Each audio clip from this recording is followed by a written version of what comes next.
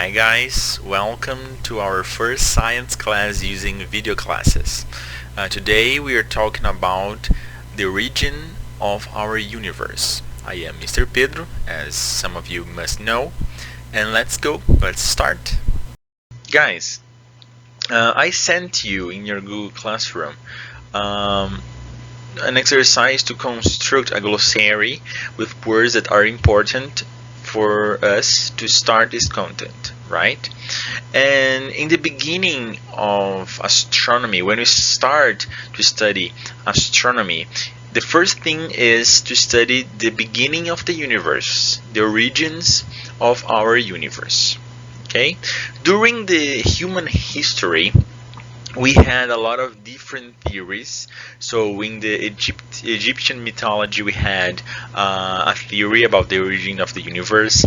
The Christian mythology, the Greek mythology, Roman mythology, all the civilizations, we had theories about the beginning of the universe. Okay, and today we have theories about the origin of the universe too.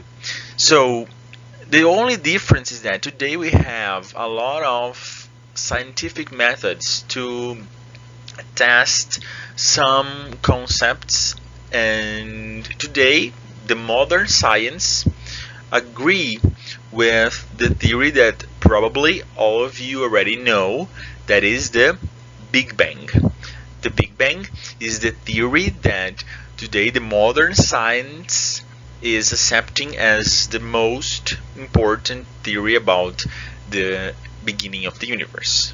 But Mister, what is the Big Bang, and how the scientists did not discover but how did they get to this theory, right? Very well, let's try to answer this question. So many years ago, 1920, okay, some scientists observed that the galaxies were moving. They were moving away from each other. So moving away. So the galaxies were getting distant from each other. Okay. So if the galaxies are getting distant from each other, and they are moving constantly away from each other, if we do the backward movement at some time in the past, they possibly could be together. So again, if the galaxies are moving away from each other, all the galaxies are moving away, expanding away and expanding constantly. So if they are expanding constantly, probably in the past they were not moving away, but they were together, right? So that is how scientists got to this theory. They believe that everything was part of only one thing. But what? That's the problem. It is impossible to discover what was there in the beginning. Only theories. That's why we have the theory of the Big Bang, right?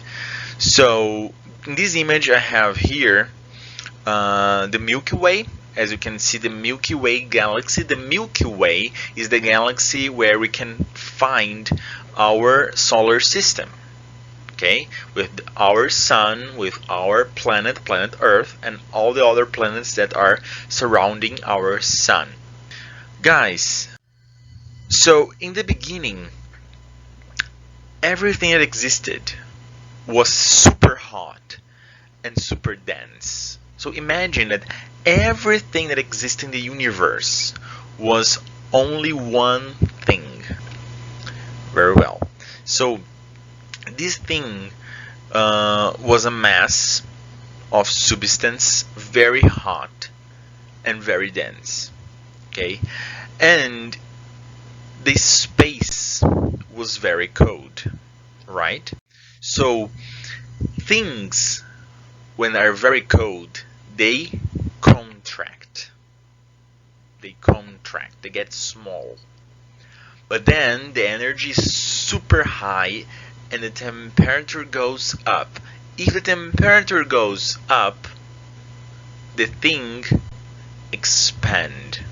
So it expand and then contracts and expand and contracts and expand and contracts, and this movement continue for millions, billions, maybe trillions of years. Nobody knows, but the theory is that everything that existed was super dense and super hot, fighting this temperature, fighting against the temperature of the space that was super cold. So we had a cooling and a heating, cooling and heating.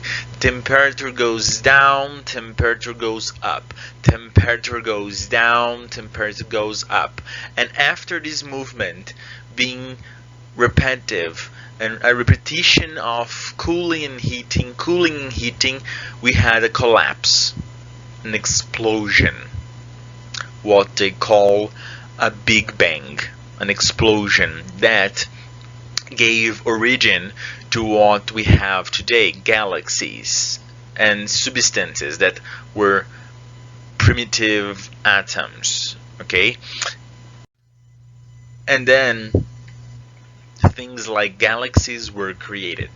After the cooling of substances and the stars got stable and the things got more stable, we had a group of stars and a group of planets, a group of substances, and we had the formation of galaxies and other celestial corpses, right?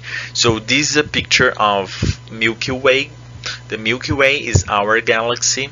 As you can see there, here, I put a picture of the sun, and because the sun is not in the center of the Milky Way, is a little